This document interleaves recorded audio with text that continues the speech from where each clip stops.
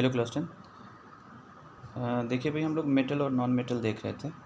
Metal and non metal on the basis of physical and chemical properties of the metal and non metal. See metal can be classified into metal and non-metal depending upon their physical as well as chemical properties।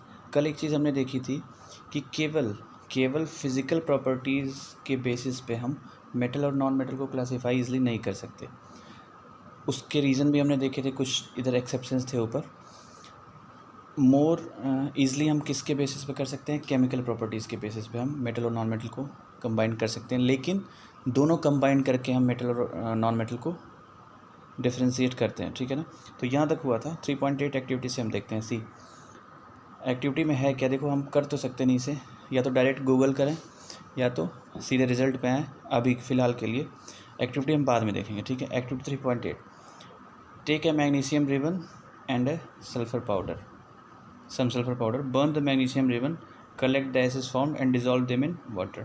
जलाना है magnesium ribbon को, जो ऐश बनेगा उसको collect करना है और उसको वाटर में डिज़ोल्व कर देना है।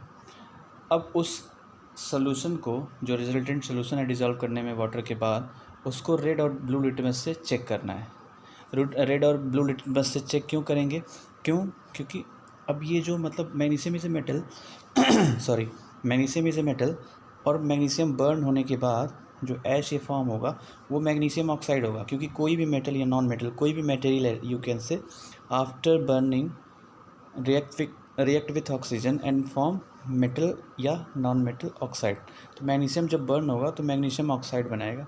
मैग्नीशियम ऑक्साइड का जो सोल्यूशन होगा उसको रेड और ब्लू लिटमस पेपर से हम चेक करेंगे। रेड और ब्लू लिटमस पेपर का क्या रिएक्शन होता है टुवर्ड्स एसिड एंड बेस, हमने आपके साथ डिस्कस किया हुआ था। देखो, रेड और ब्लू हो जाता है, ये आपको पता है। ठीक है ना? देखो, एसिड जो होता है वो ब्लू को रेड कर देता है, और बेस जो होता है वो ब्लू लिटमस को रेड कर देता है। ठीक है, ये है। एसिड क्या करेगा? ब्लू को रेड, और बेस क्या करेगा? रेड को ब्लू। तो अब दोनों लिटमस पेपर पे चेक इसलिए करेंगे क्योंकि ये जो सोल्यूशन बना है मेटल ऑक्साइड का, मैग्नीशियम ऑक्साइड का, इसका नेचर एसिडिक है या बेसिक ही हमें पता करना। Is the product form on burning magnesium acidic और बेसिक है, ये हमें पता करना। ठीक है। Now burn sulphur powder. Magnesium के साथ हमने चेक कर लिया, अब सल्फर की बारी है। Sulphur place a test tube over the burning. See, sulphur को जो हम बर्न करेंगे तो इसका कुछ एस टाइप का फॉर्म नहीं होगा, ये सीधे बर्निंग के बाद टेस्ट ट्यूब ऊपर रखेंगे। क्यों टेस्ट ट्यूब रखने की ज़रूरत पड़ रही है? देखिए, जैसे इसमें डायरेक्टली ऐश फॉर्म हुआ था इन केस ऑफ मैग्नीशियम ना, यहाँ कुछ फ्यूम टाइप का बनेगा, है ना, गैसियस फॉर्म में होगा। तो उसको कलेक्ट करने के लिए ऊपर से टेस्ट ट्यूब रख देंगे। ठीक है ना? और उस फ्यूम को कलेक्ट कर लेंगे, और तुरंत जैसे ही वो कलेक्ट होता है उसमें टेस्ट ट्यूब में, उसमें तुरंत कुछ वाटर डाल देंगे, तो वो जो फ्यूम होगा वो डिज़ोल्व हो जाएगा उस वाटर में। And test this solution again with blue and red litmus paper. Is the product form on burning sulphur acidic और बेसिक। फिर वही सेम प्रोसेस दोहराना आपको। Can you write the equation for this equation? See, आप लोग ये दोनों का इक्वेशन लिख के रखेंगे कि मैग्नीशियम जब ऑक्सीजन के साथ रिएक्ट करता है तो क्या बनाता है, और सल्फर जब ऑक्सीजन के साथ रिएक्ट करता है तो क्या बनाता है, यही आपको बताना है। दोनों रिएक्शन आप मुझे बताएं, नहीं तो कल मैं डिस्कस करूँगा फिर नेक्स्ट क्लास में। हाँ, तो अब इस एक्टिविटी में दो दिया हुआ, एक मैग्नीशियम दिया हुआ और एक सल्फ़र दिया हुआ। Magnesium is a metal, sulphur is a non metal. यहाँ से दोनों के ऑक्साइड बने इस एक्टिविटी में, और दोनों के ऑक्साइड जो हैं उनका नेचर पता चलेगा रेड और ब्लू लिटमस पेपर से, कि जो मेटल ऑक्साइड होते हैं वो एसिडिक होते हैं या बेसिक होते हैं, और नॉन मेटल के जो ऑक्साइड होते हैं वो एसिडिक होते हैं या बेसिक होते हैं। ये लिटमस पेपर से हमें पता चलेगा। कंक्लूजन पे आते हैं सीधे। See, most of the non metals produce acidic oxide, ये आपको ध्यान रहे। जो सल्फर का ऑक्साइड होगा यानी कि वो एसिडिक होगा when dissolve in water. On the other hand, most metals give rise to a basic oxide. You will be learning more about these metal oxides in the next session. आगे हम देखेंगे। तो एक कंक्लूजन यहाँ से ये निकल के आपको पता हो कि मेटल के ऑक्साइड जो होते हैं वो क्या होते हैं, नॉन मेटल के ऑक्साइड क्या होते हैं? एसिडिक होते हैं, और मेटल ऑक्साइड बेसिक होते हैं। तो आपसे कोई पूछे कि मेटल ऑक्साइड क्या है? बेसिक है। और नॉन मेटल ऑक्साइड क्या है? एसिडिक है।